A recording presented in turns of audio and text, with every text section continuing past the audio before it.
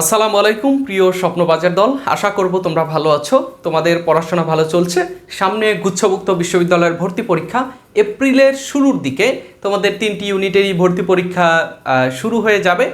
তো তোমরা এখন কিভাবে পড়াশোনা করছো সেই আপডেটটুকু আমাকে কমেন্টের মধ্যে জানাবা, অথবা ইনবক্সেও আমাকে মেসেজ করতে পারো। আচ্ছা, তো তোমাদের সাথে আমাদের এই ভিডিওতে আলোচনা হবে যে গুচ্ছভুক্ত বিশ্ববিদ্যালয়ে আমি যেভাবে টপ করেছিলাম সেইভাবে তুমি কিভাবে টপ করবা। আমি গুচ্ছভুক্ত বিশ্ববিদ্যালয়ে সারা বাংলাদেশ জুড়ে 168তম স্থান অধিকার করেছিলাম এবং এখন জগন্নাথ বিশ্ববিদ্যালয়ে পড়াশোনা করছি, তোমরা সকলেই জানো। আচ্ছা, তো গুচ্ছভুক্ত বিশ্ববিদ্যালয়ের ভর্তি পরীক্ষা কিন্তু এখন থেকে আমি যদি হিসেব করি, আজকে হচ্ছে তোমার 12 তারিখ, 12ই মার্চ, এরপরে এপ্রিল, অর্থাৎ এখন থেকে প্রায় 20-22 দিন সময় রয়েছে। এর মধ্যে ঈদের আমেজ রয়েছে, ঈদের আমেজের জন্য 5 দিন তুমি হাত থেকে সময় বাদ দিয়ে দাও। এখন তোমার কি করতে হবে, এই অল্প দিনের মধ্যে তোমাকে জাস্ট এই কয়েকটা জিনিস যদি তুমি মাথায় রাখতে পারো, তাহলেই তোমার গুচ্ছভুক্ত বিশ্ববিদ্যালয়গুলোতে তুমি টপ 100-র মধ্যে থাকবা ইনশাল্লাহ। ঠিক আছে? আচ্ছা দেখো, সর্বপ্রথম আমরা যে কোনো ভর্তি পরীক্ষার ক্ষেত্রে অথবা যে কোনো পরীক্ষার ক্ষেত্রে আমরা কি দেখি, প্রিভিয়াস ইয়ারগুলোতে কেমন প্রশ্ন হয়েছে এবং স্পেশাল কিছু দিকগুলো আমাকে দেখতে হবে, এগুলো আমরা আলোচনা করব। দেখো, সর্বপ্রথম তোমার গুচ্ছভুক্ত বিশ্ববিদ্যালয়ের যেই প্রশ্ন ব্যাংক রয়েছে সেই প্রশ্ন ব্যাংকগুলো তোমাকে সমাধান করতে হবে। গুচ্ছভুক্ত বিশ্ববিদ্যালয়ের প্রশ্ন ব্যাংক তুমি যেখানেই পাও না কেন সেখান থেকে তুমি সেগুলো সমাধান করবা। দেখো, এই বছর আমরা যারা 25-26 শিক্ষাবর্ষের শিক্ষার্থী, যে তোমাদের এই বছর বিভিন্ন বিশ্ববিদ্যালয় দেখো, ঢাবির প্রশ্ন যদি তুমি দেখো, জবির প্রশ্ন দেখো, জাহাঙ্গীরনগরের প্রশ্ন দেখো, তাহলে দেখা যায় যে বিগত বছরের 50% প্রশ্ন, আমরা যখন পরীক্ষা দিয়েছিলাম তখন কি হয়েছে, 25% প্রশ্ন মানে ঘুরে ফিরে ওইগুলো এসেছে। কিন্তু এই বছর দেখা যায় যে 50 বা এর আশেপাশে প্রশ্ন কিন্তু রিপিট হয়েছে, হুবহু না আসলেও সেই প্রশ্নগুলো একই রুলসের মধ্য থেকে বারবার ঘুরে ফিরে এসেছে।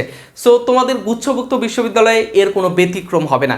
ঠিক আছে? সেই জন্য তোমাকে গুচ্ছভুক্ত বিশ্ববিদ্যালয়ের যে প্রশ্ন ব্যাংকগুলো রয়েছে সেইগুলো তোমাকে 100% সমাধান করতেই হবে। ঠিক আছে? সমাধান করতেই হবে, প্রশ্ন ব্যাংকগুলো সমাধান করো। ঠিক আছে? আচ্ছা, দ্বিতীয় বিষয়টা হচ্ছে যে কোন বিশ্ববিদ্যালয়ে গুচ্ছভুক্ত বিশ্ববিদ্যালয়ের প্রশ্ন করবে। আমি যদি ভুল না করি যে গুচ্ছভুক্ত বিশ্ববিদ্যালয়ের মধ্যে 19টা বিশ্ববিদ্যালয় রয়েছে। 19টা বিশ্ববিদ্যালয়ের মধ্যে কোন বিশ্ববিদ্যালয় তোমার প্রশ্নটা তৈরি করবে, এটা কিন্তু প্রতি বছরই হয়। যে গুচ্ছর মধ্যে যেই বিশ্ববিদ্যালয়গুলো রয়েছে তাকে এই গুচ্ছভুক্ত বিশ্ববিদ্যালয়ের পরিচালনা পর্ষদ কোথায় গঠিত হবে, মানে পরিচালনা করবে কারা, ভর্তি কমিটি কোথায় থেকে হবে। সো এই বছর যদি আমরা লক্ষ্য করি, গত বছর হয়েছিল মাওলানা ভাসানী বিজ্ঞান প্রযুক্তি বিশ্ববিদ্যালয়, এই বছর হয়েছে ইসলামী বিশ্ববিদ্যালয়। ঠিক আছে? এই বছর হয়েছে ইসলামী বিশ্ববিদ্যালয়। এই ইসলামী বিশ্ববিদ্যালয়ে যেহেতু তোমাদের ইসলামী বিশ্ববিদ্যালয় এই বছর প্রশ্ন তৈরি করবে, সো দেখা যায় যে এই বছর ইসলামী বিশ্ববিদ্যালয়ের যত প্রশ্ন আছে তোমাকে সলভ করতে হবে। ঠিক আছে? ইসলামী বিশ্ববিদ্যালয়ের প্রশ্ন যেগুলো রয়েছে সেগুলো তুমি A to Z সলভ করবা 100%, 100% তোমাকে সমাধান করতে হবে যদি তুমি ভালো একটা প্রস্তুতি নিতে চাও। ঠিক আছে?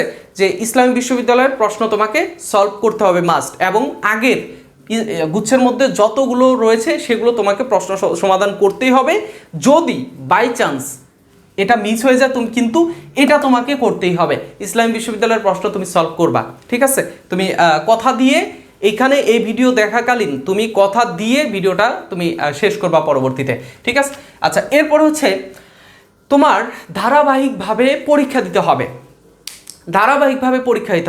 তোমার হাতে যে বইটাই থাকুক না কেন, তোমার হাতে যদি বাংলার যে বই থাকুক না কেন, আমি বইয়ের নাম উচ্চারণ করব না, যে বইটা আছে সেটার তুমি অধ্যায় ভিত্তিক শেষে যতগুলো এমসিকিউ রয়েছে সব এমসিকিউ তুমি সলভ করো। দ্বিতীয়ত ইংরেজি, তারপর হচ্ছে তোমার গ্রুপের সাবজেক্ট যেগুলো রয়েছে, জিকে। ঠিক আছে? আমি বি ইউনিটেরটা বলছি, যে জিকে, তারপর হচ্ছে তোমার ইংরেজি, যেই প্রশ্নগুলো রয়েছে তোমার কাছে যদি মাস্টার থাকে, আমি ইংরেজিরটা নাম বলে দিচ্ছি কেননা আপাতত মাস্টারটাই আমার কাছে ভালো লাগে, বিভিন্ন চাকরির পরীক্ষা বা তোমার ভর্তি পরীক্ষার ক্ষেত্রে। মাস্টারে তোমার অনেকগুলো এমসিকিউ রয়েছে, প্লাস হচ্ছে তুমি অন্যান্য যে কোনো বই তুমি দেখতে পারো, মাস্টার বাদ দিয়ে তোমার হাতে যেটাই আছে সেটাই তুমি দেখতে পারো। সেইখানে অধ্যায়ভিত্তিক দিক বা প্রত্যেকটা অধ্যায় শেষে বিগত বছরের প্রশ্নগুলো অ্যাড করা আছে, তারপরে সম্ভাব্য কিছু প্রশ্ন তারা অ্যাড করে দেয়। এই প্রশ্নগুলো তুমি কি করবা, সেইগুলো সমাধান করবা এবং পরীক্ষা দিবা। তোমার কি করতে হবে, আমার কাছে আপাতত যদি তোমার কাছে এরকম থাকে যে ক নাম্বার, খ নাম্বার, গ, ঘ, তুমি এই পাশে তো অ্যান্সার থাকে, তাই না? প্রত্যেকটা এমসিকিউ এর ক্ষেত্রে আমি যদি এমসিকিউ এরকম ধরি যে এই পাশে কিন্তু অ্যান্সার দেওয়া থাকে, উত্তর দেওয়া থাকে, এই উত্তরটা তুমি ঢাকবা, এই পাশে ঢেকে তোমার বইয়ের মধ্যেই তুমি পরীক্ষা দিতে পারবা। ঠিক আছে, তোমার মূল কথা হচ্ছে তোমার অ্যান্সার না দেখে তুমি পরীক্ষাগুলো দিবা। এতে করে তুমি দেখতে পারবা যে 10টা এমসিকিউ যদি তুমি সলভ করো, 10টা এমসিকিউ এর মধ্যে কয়টা ভুল হয়। 10টা এমসিকিউ এর মধ্যে যদি তুমি 80% মার্ক তুলতে পারো, তাহলে বুঝবা যে তোমার প্রস্তুতি মোটামুটি ভালো আছে। আবার যদি দেখা যায় যে 50%-এর উপরে, মূল কথা হচ্ছে 50%-এর উপরে যদি থাকে তোমার জিপিএ বাদ দিয়ে, তাহলে গুচ্ছের মধ্যে তুমি একটা সিট তুমি কনফার্ম করতে পারবা। এবং যদি তোমার 60 বা 70%-এর উপরে মার্ক থাকে, তাহলে দেখবা যে গুচ্ছের মধ্যে তুমি টপ করে গেছো। ঠিক আছে, এইভাবেই আমি আমার প্রস্তুতির সময় পরীক্ষাগুলো দিতাম। ঠিক আছে, আচ্ছা, এরপরে দেখো যে তোমার এই যে পরীক্ষাগুলো দেওয়ার পরে ওই যে 2টা বা 3টা প্রশ্ন তুমি যে ভুল করেছো, সেই কোন প্রশ্ন তুমি ভুল করেছো এই রুলসটাকে তুমি জানো না, বা জানলেও তুমি কি তোমার অনিচ্ছাকৃত ভুল হয়েছে, বা তুমি এটা ভুলবশত হয়েছে কিনা, বা নেগেটিভ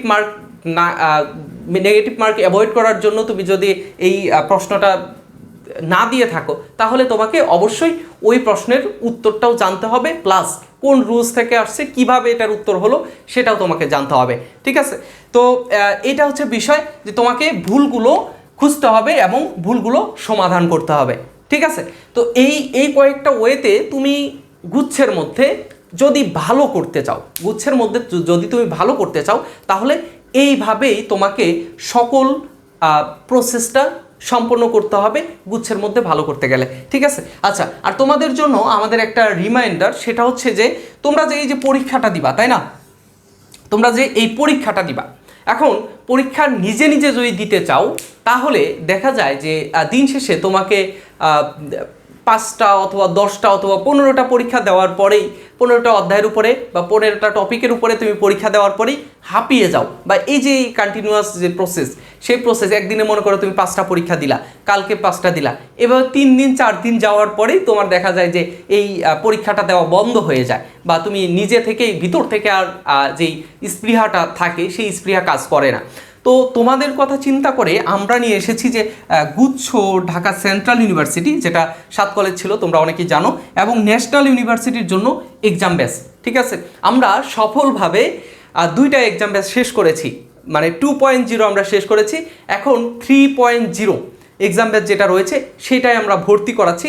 আগামী 18 তারিখ থেকে আমাদের পরীক্ষা চলবে একেবারে গুচ্ছের আগ পর্যন্ত ধারাবাহিক পরীক্ষা দিয়ে আমরা আমাদের গুচ্ছের যে প্রস্তুতিটুকু রয়েছে সেটা আমরা সম্পন্ন করতে পারবো। ঠিক আছে, আমাদের এই এক্সাম বেসের ফি আহামরি না, আমাদের এক্সাম বেসের ফি 199 টাকা মাত্র।